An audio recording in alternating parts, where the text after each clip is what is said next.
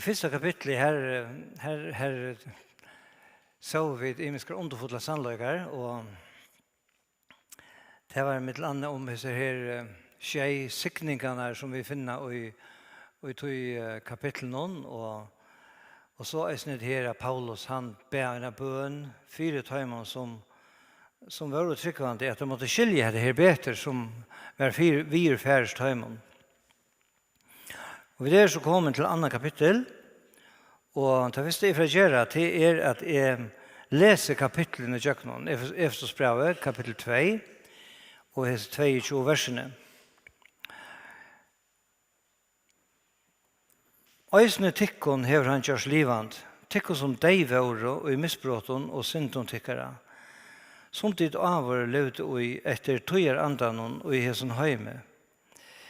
Etter høvdinganon iver hervaldenon og i luftene, andanon som nå virkar og i bøttenon øvlutne syns. Mittlom torra var vi eisne øtl avvar og levde og i gyrndon holds okkara, gjør det det som holdt det og hoksanen er vilto, og var av natter og bøten vrøyener, og en så hine. Men god som ryker i miskon, hever fyrir mikla karlaga sin skuld, som han elskar i okkom vi, eisene ta og vi tvær deg og i misbrotten okkara, gjørst okkom livande vi Kristus. Av nøye til frelst. Og røst okkom opp vi honom och sätta honom vi honom och i en himmelska heimen och i Kristi Jesus. För att han i hinnom kommande tøyen kunde visa hur omättliga ryk när hans vi gasko mot i okkon och i Kristi Jesus. Tøy av nøye till frelst vid trygg och det är inte av till självon. Det är gåva Guds. Ikke av verskon for å ønske råsa seg. Tøy, vi smui hansara, skapt i Kristi Jesus til gavversk, som god framman undan hever lagt røyer av vi skulle til liva ut heimen. Minnes tøy, at tid avår, tid som var høytningar i holden og var kallar omskorner av en såkallat omkjøring som vi gjør og i holden vid håndene. Minnes at tid til tøyene stod utanfor Kristus, utestångt fra borgarrett i Israels og lyftes sattemalen fremmant utan vøn og utan god og i heimen. Men nu det og i Kristi Jesus tid som avhør lengt borster kommer nær vi blåe Kristus til han frigjør okkara. Han som gjør det øyta på avon og breit nyer mittlengæren og skilte sunter. Futjenskapen. Ta han i holde så innom tog borster bålåna og fire kipaner hennara. Fire at han i seg kunne skapa av avon og et nytt menneske.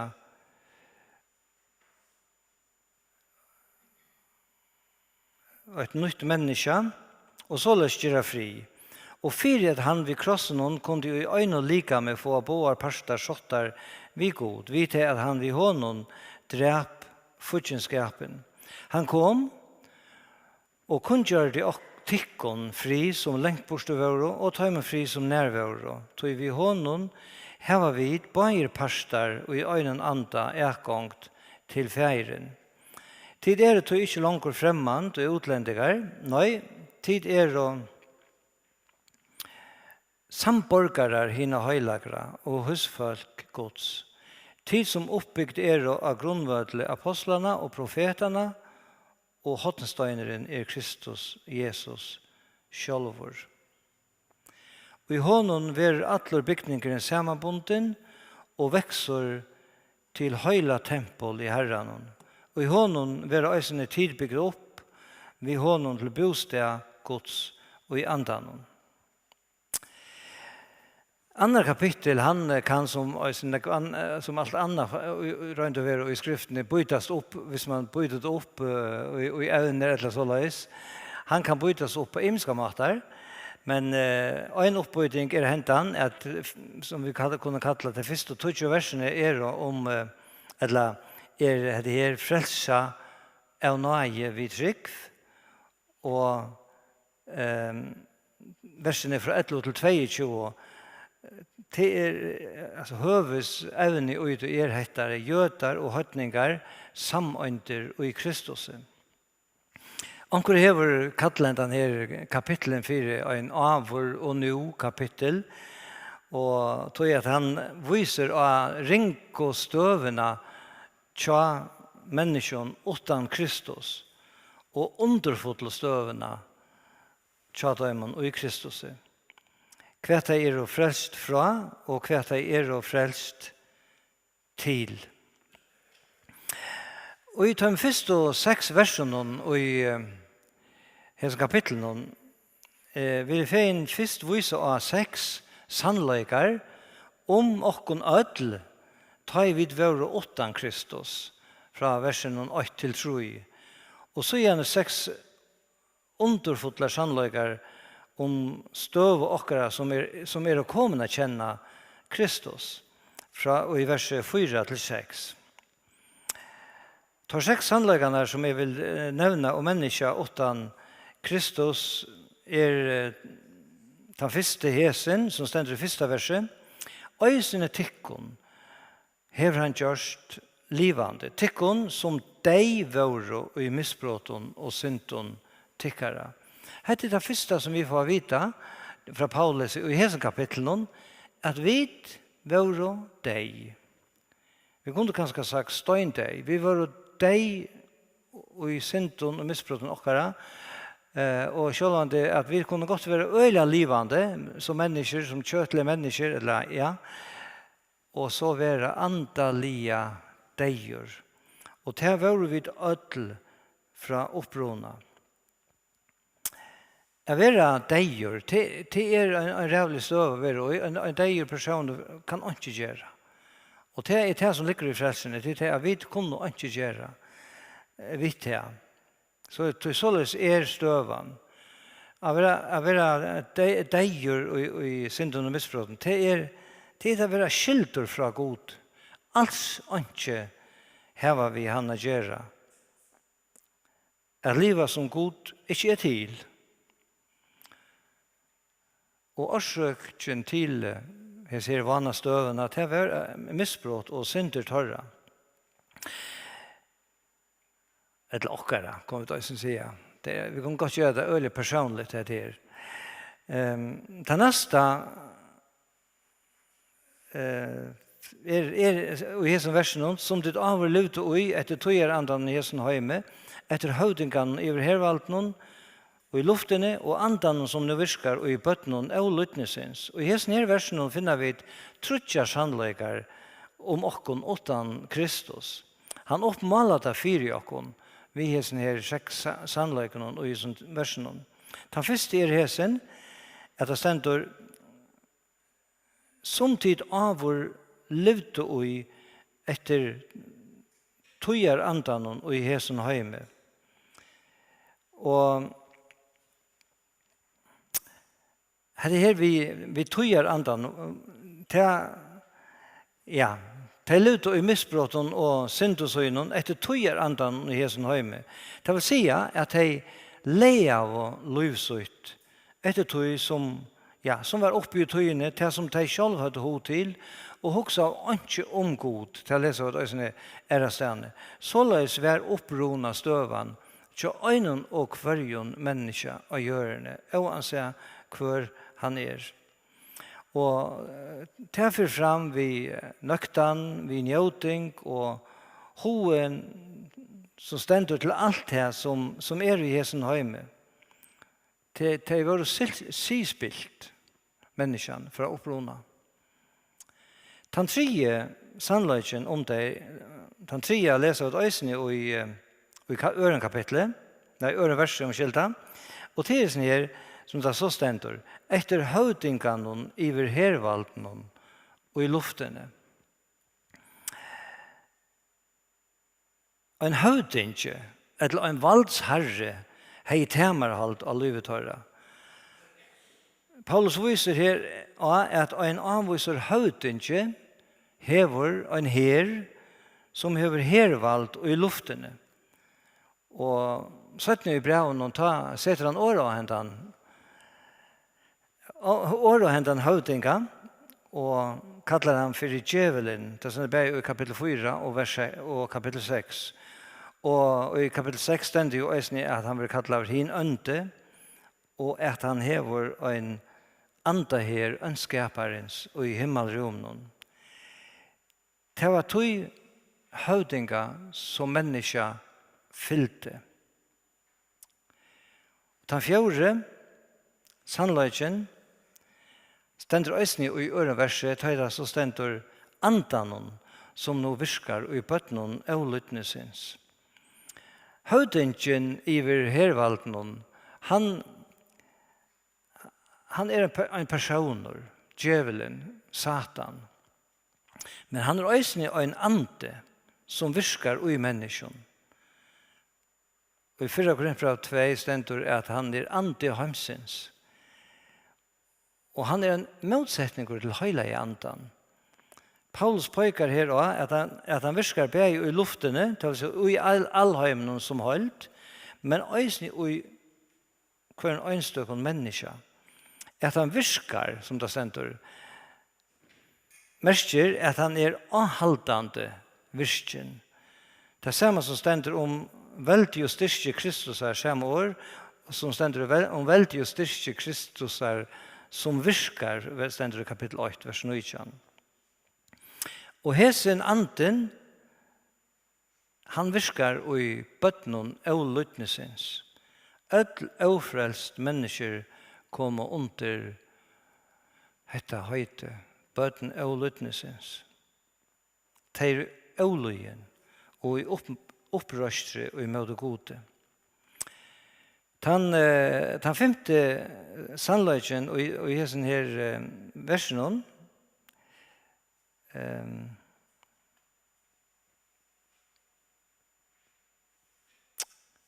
i 3 verset til hesen her mittlen torra var vid øysene ødel avur og levde og i gyrndon holds okkara.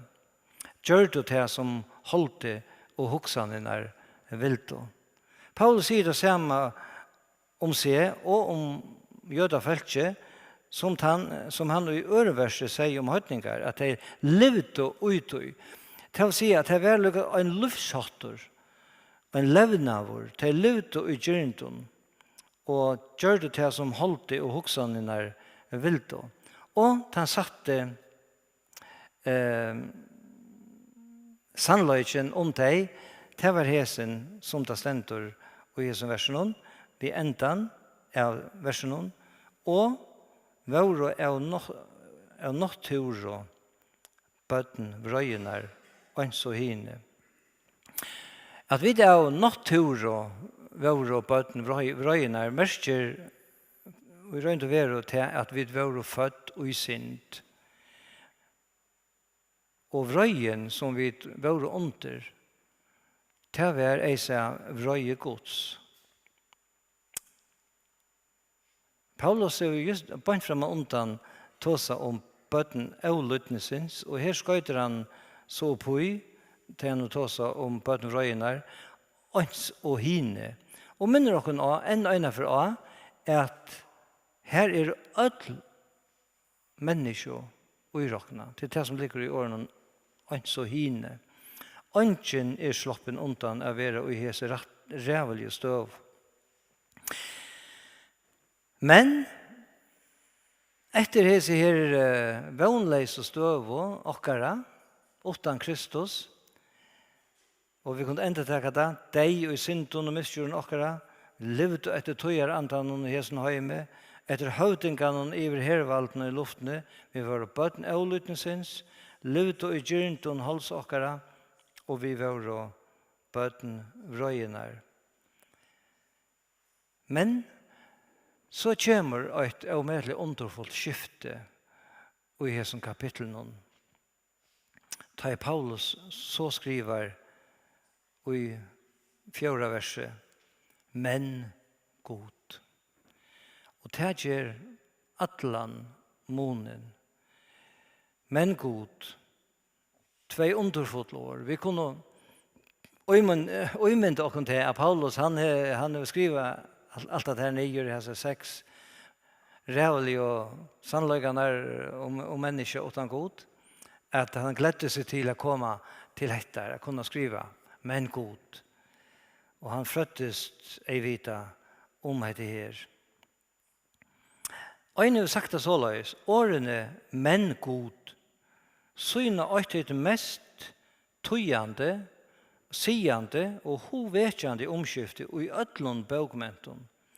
De visa at en ofertelig brøyting er færen fram til å skifte fra undergenge og vånløse og i dele deians til åsiande fagna og i rydtje elskar jeg sånner godt. Såleis åra jeg øynse hettar.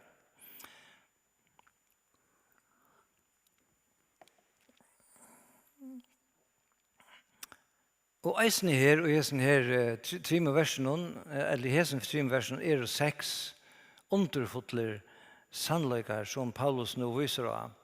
Den første og i hesen versen, hver han sier, men god som ryker og i miskon. God viser ikke bare miskon, han ryker og i miskon. Det merker at han har en tømande kjelto, av miskon. God miskon samer god, og til å lese vi rettelig om i Bibelen, både i Gamla og Nya testamentet. Miskon at vi ikke får det som vi har oppe på det. Ta neste, til øsne i hesten her versen, 4. verset. Her stendt og vi leser verset. Men god som ryker miskon, hever fire mikla karløyka sunnskuld som han elsker okkom vi. God ryker miskon. Han hever miklan, og ja, han brukar hese her, og hese årene som gjør det så underfullt, kan man säga. Ryker miskon, miklan karløyka til okkara. Han hever en doppelta aherslo, kan vi säga, av karløyka og omsorgan Guds og i hessen her versen. God elskar, og god elskar vi evion oppebarn, og oppebarn og karløyga. Og spør jeg vid, hvor god valgte er frelse okkon, bare åttansvær sambarst hessen versen, og til å være fire mikla karløyga sunnskuld. Stort sagt av karløyga og best av karløyga tog han hesa avgjør. Den tredje sannløyken som han skriver til i 5. verset, vi leser verset, «Øysene ta og vidvare deg og i misbråten okkara, gjørst okkon livande vid Kristus. Av nøye tid frelst». Og i hessen her versen har vi 2 til største og mest tøyende årene og i atlare frelse og atlan gods. Nøye og frelsa. Paulus skriver rettelig om nøye, og i Øtlundheim 13 brøvene som han skriver i Nya testamentet. Han nevner om nøyene omlai 130 ferer og i tøymen brøvene. Og i Øtlund 13 brøvene begynner han brøvene ved å si nøye og frigjør ved vidtikken. Paulus sa ekkert størst i hese nøyene, og det var nok ikke underlig, kan vi si. Han var for en øyelig dramatisk omvending, hver god stekket i hånden av en og frelste en den her, som han selv kallet seg for, en den evigangskroppen, en brottsmæver som bare ville ta tryggvandig ilt.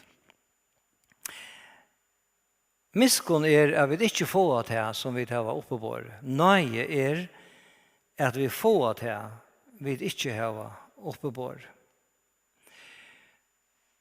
Den fjorde sannløyken hesen som stender i satta verset, og røst okon opp vid honom, og sett okon vid honom og i en himmelska heimen, og i Kristi Jesu, og røst okon opp vid honom. At vet vi at han hever gjørst okon livande, som vi langt har lyst tverfer i de første 5 versene, så har han røst okon opp. Vi kan kanskje si at han gjør det ikke best okon livande, og släppte okon lykke som så igjen på fjall. Nu var det livande. Nei, han røste deg opp. Og fra å være deg, og tog eisen i avvirken, og avnøydelig, som en deg gjør nå ena for tog han etter, først at det var gjørst okon livande, så å si, og i hånd okkara, og røste okon opp.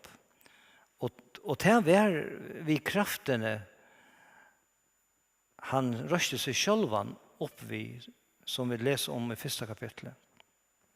Han røste okon opp til et nytt liv, et virkelig liv, og i samfellet vi se og i tjeneste for se. Den 5. sannløyken, og i sånne 6 versene, i 7. verset, hesen, omfram til det her, røst okon opp vid honom, så har han sett okon vid honom, og i hin himmelska heimen. Det som Paulus her legger dent av, det er at hese mennesker, som i første leie, han gjort livande, og i øre leie, har røst opp, og i 3. leie, sett okkon vid honom og i en himmelska heimen. Det så avfærtelig, det så manna vite for ikke verilige skilt hva verilige hente, og hvordan det skal skiljas. Men til såleis god ser okkon og i det. Jesus fører til himmels, vi leser om det i 1. kapitlet til man enda noen, og han fikk alt valgt, og han settes vid høyre hånd gods i himmelen. Så stender øysen i her at vi å samkomma hansara, han høtt okkara, vi likam hansara, og vi sett i en himmelsk heimen, skilt og hentan hatt, med vi her nere, at god ser okkon, som vi langt og i hinnom himmelsk heimen. Hvor skiljer det?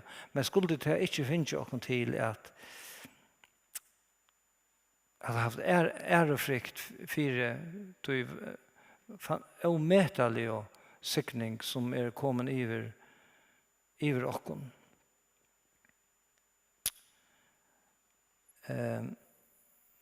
Han satte sannløykan om heter. Han tar ikke ur 5. og 7. verset.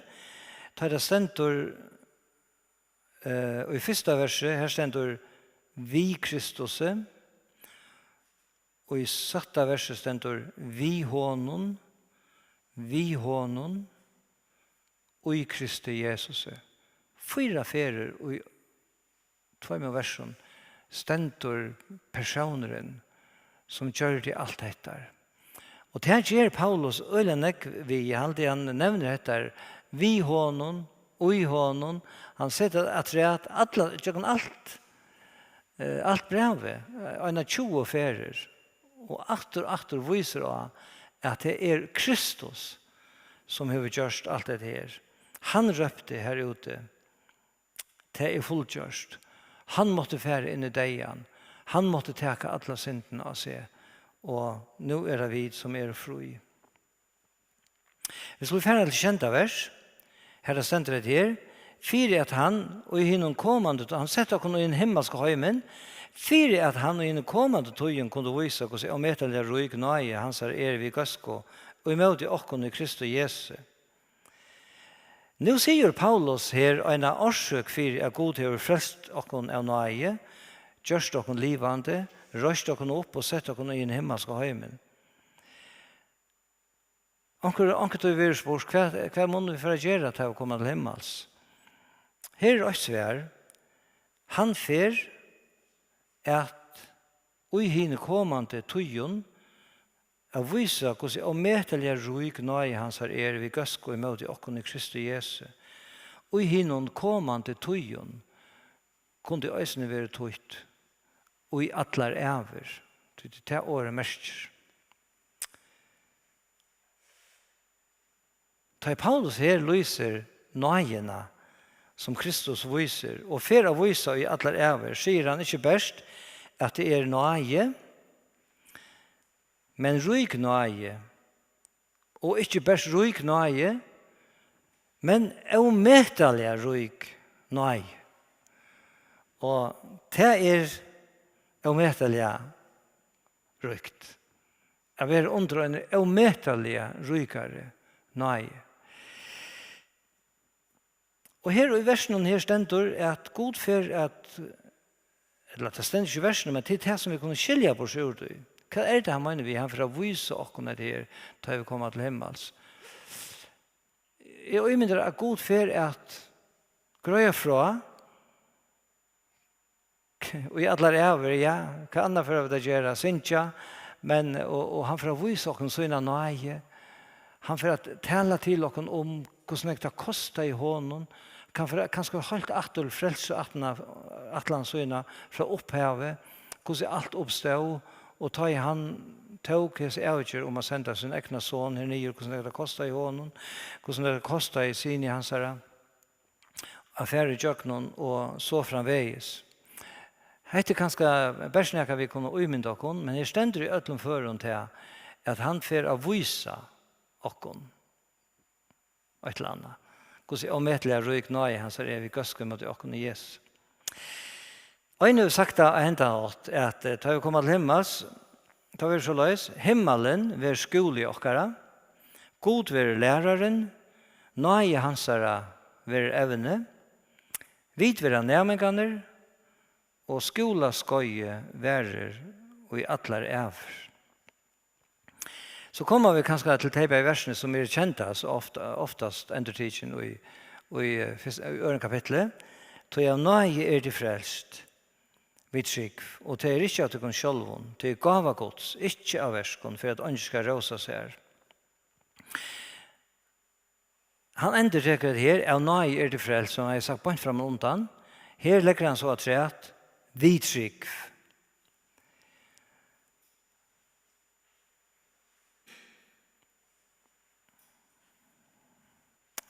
Vi kan se at det kanskje at han nått er at nøye gods nøyen Guds pastor.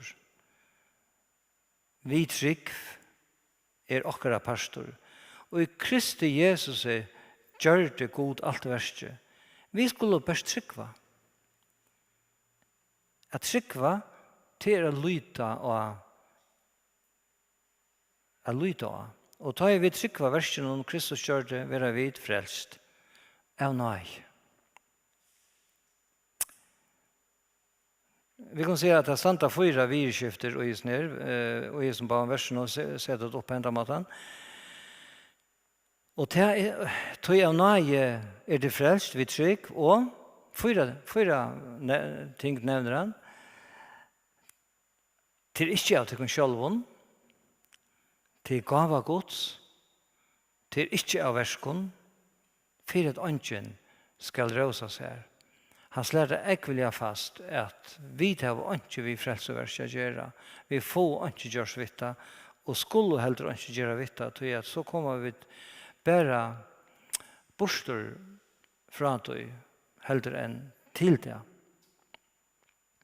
Vi er kommet til 12. vers, og til dette her verset her, «Tøy, videre smøy hansara, skapt og i Kristi Jesus til gavversk, som god framman undan hever lagt til røyer, vi skulle liva ut høymon. Det så øyelig grøyt ut fra hessen kapitlen som vi langt har vært inne på. Vi er ikke frelst av okkara ekno verskon. Men vi er frelst til gavversk. Hva gavversk skal jeg gjøre? hva det Herren vil at jeg skal gjøre? Paulus svarer i hesen versen vil jeg si gåversk som god framman undan hever lagt til røyer vi skulle leva og uthøymon. Vi åren, god hever en atlan vi kvarjon løyve, tja øynen kvarjon tryggvand. Vi var frelst, ta gjørte han øyna nagrøynlige atlan. Vi kan si at han korsleie alt okkara antallige løyv. Okkara avbyrd å finne til av vilja hansara vi okkon. Og så han være hon løyen. Det ikke nøye til okkon å gjøre en atlan i løyv okkara, men best gå teka til atlan som han har gjort for løyv okkara. Men så han det merker ikke at vi ikke kunne legge atlaner. Det kunne vi sjølvande. Men vi skulle alltid hava det for i eia at det og i samsvær vi atlaner og vilja Guds vi okkon. Og derfor han å gjøre åpenbæra fyra okkon så som vi liva sammen vi honom og i samfella vi han og vi takler i omgångt. Og gjør vi det, så det ikke nøyt til okkon at være ørskjimla og struja seg eknar med men da kunne vi være viss og i liv okkara til for å være gode til fullkomna dård, øren til nekva sikning og okkon til stauran antalian rykdom. God gjør okkon til røyar til gåversk, og han legger gåversk til røyar til okkara at utdinna. Og så han løner han okkon, tar vi fullføre til. Såleis nøye hansara. Jeg visste at jeg for å bruke større parten av tøyene til 21. versene, men nå skulle vi fære lykke hitje på versene fra 1 til 22, som vi ser i beskriftene jøder og høytninger samøynter og i Kristus. Og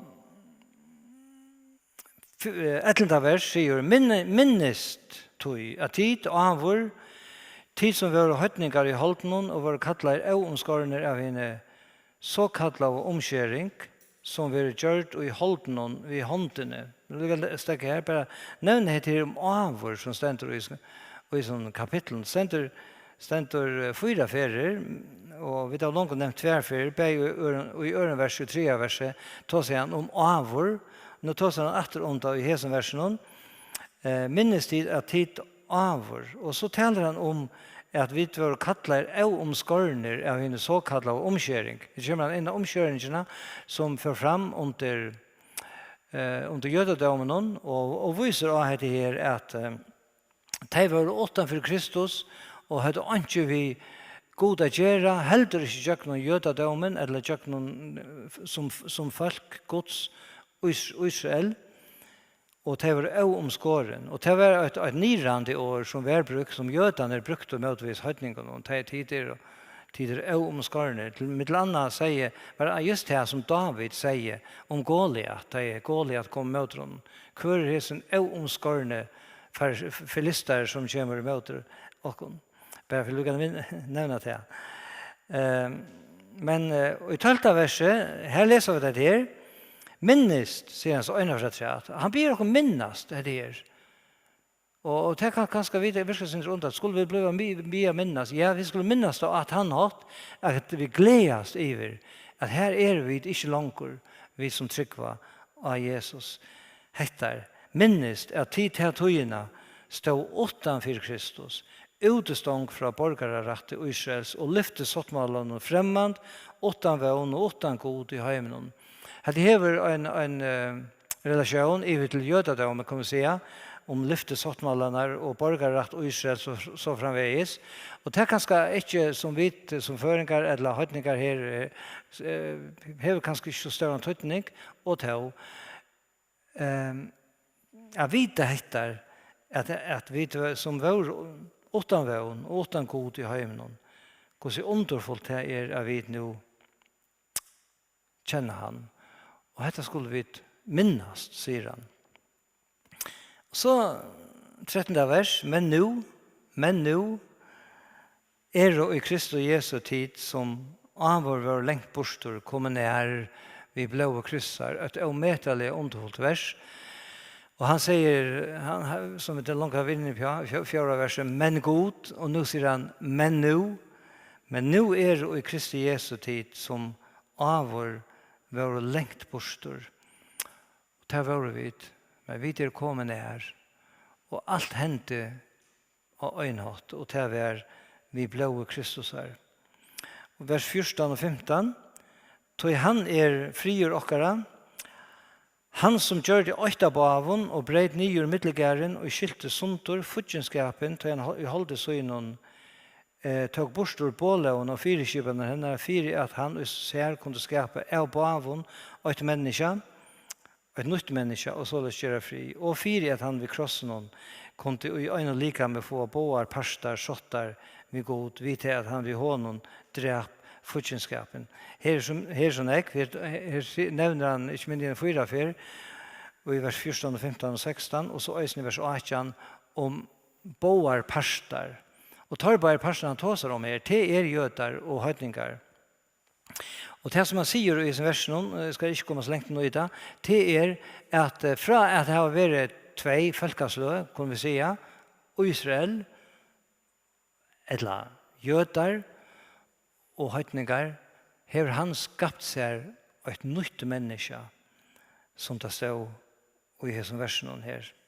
Han skapt et nytt menneske, som enda av 15. verset. Og det samkomma Guds, til vid, som kjenner Jesus som okkara personliga frälsare.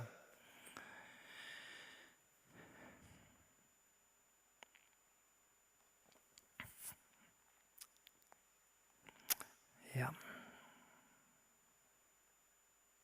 Vi skulle fære til vers 16 og 18. Her det stendur, han kom og kunngjørte tikkun fri som lengt bostor våre, og tøymer fri som nær våre. Tøy vi hånden har vi bajer parstar og i øynon anda ekkongt til feiren. Og her nevner for 4 fyr mås av båda parstarna som hadde en mittling nevnte han, og som hadde en futjenskap, men nu det åkt i Kristus vi til at de frelster høytningar og frelster jøtar, som samøynter og i åkt, og øysene vi som samkomma, at vi samøynt som åkt, og det det som øysene ligger ut i sjående, og at hendan underfotla sannløygan som stender i 18. verset, at vi i øynon anda hava etgångt til feiren. Det kunne vi ta så lunch om. Det så underfotla etgångtna som øyne kvør, som var utan god, utan vøvn og i sin heime. Fremmant, vit hava nu etgång til å komme framfor i han, og tala vi han om alt, og kalla han feir okkara, og ta seg ut ved han om hvert ligger okkara hjärsta, og så framveis. Og vers 19 og 20. Tid ikke langer fremmant og utlendigar, nei. Tid samborgarar hina høylagra og husfolk gods. Tid som oppbyggt av grunnvadle apostlarna og profeterna, og hotsteineren Kristus, Jesus. Her så ometter en ekvo i som bare versen, at du nevner minnrande og alliga som minnestid til var fremmant og utlendigar, men nu det samborgarar til ötlun høylun menneskjon, og i ötlun høymenun. Høyla mennesker, det de som trykker av Jesus. Og tid vil han jo oppbyggt til en underfotland byggning som han talar om, og tid vil ha sammanbunden. Det som vi kunne glede oss i, at vi og kan man säga, øynstøyner og i hesson byggningen vi til at vi kjenner Jesus, og kommer å kjenne han som okkara frelsere. Og han enda vi ta som enda byggningen, og i hånden vil atler bygningeren sammanbunden og växer til høylat tempel i Herren. Og i honom var eisen tid byggt upp vid honom, vid hinon, til bostad Guds og i andanon. Her synes jeg at etter i honom, han minner oss nå at verset Kristus her. Og at det han som har gjort dette mulig. At vi kunne være en pastor av en høylavon bygning som etgang til feiren. Og alle de mange underfotla lysingar og alle underfotla sannleikar som han skriver om i hesen breven og i hesen her kapitlen. Jeg skal forenda nå og vågne at tid jeg finner ikke lysingar på sjur hesen kapitlen og alle de store og ryk og sannleikon som han viser oss av hva vi var og i opprørende var avur og hva vi og i veruleikene og nå og kunne gledast og i. Skal be sammen. Gå feir, vi takkar deg for at vi var kunne være her i kveld. Takk for nøye tøyna og karlaga tøyn til okkara. Takk for året tøyt. Og takk for at du den samme det for okkon som høyre etter for at du den samme og du den samme for alle mennesker som trykker til. Du frelsere okkara og ut her var alt gjørst. Til at prys og takk av deg for og lett okkon tøyner hentur be at med å sikna på en stekan som hørst sikna land og folk tøyner døra bæra navn. Amen.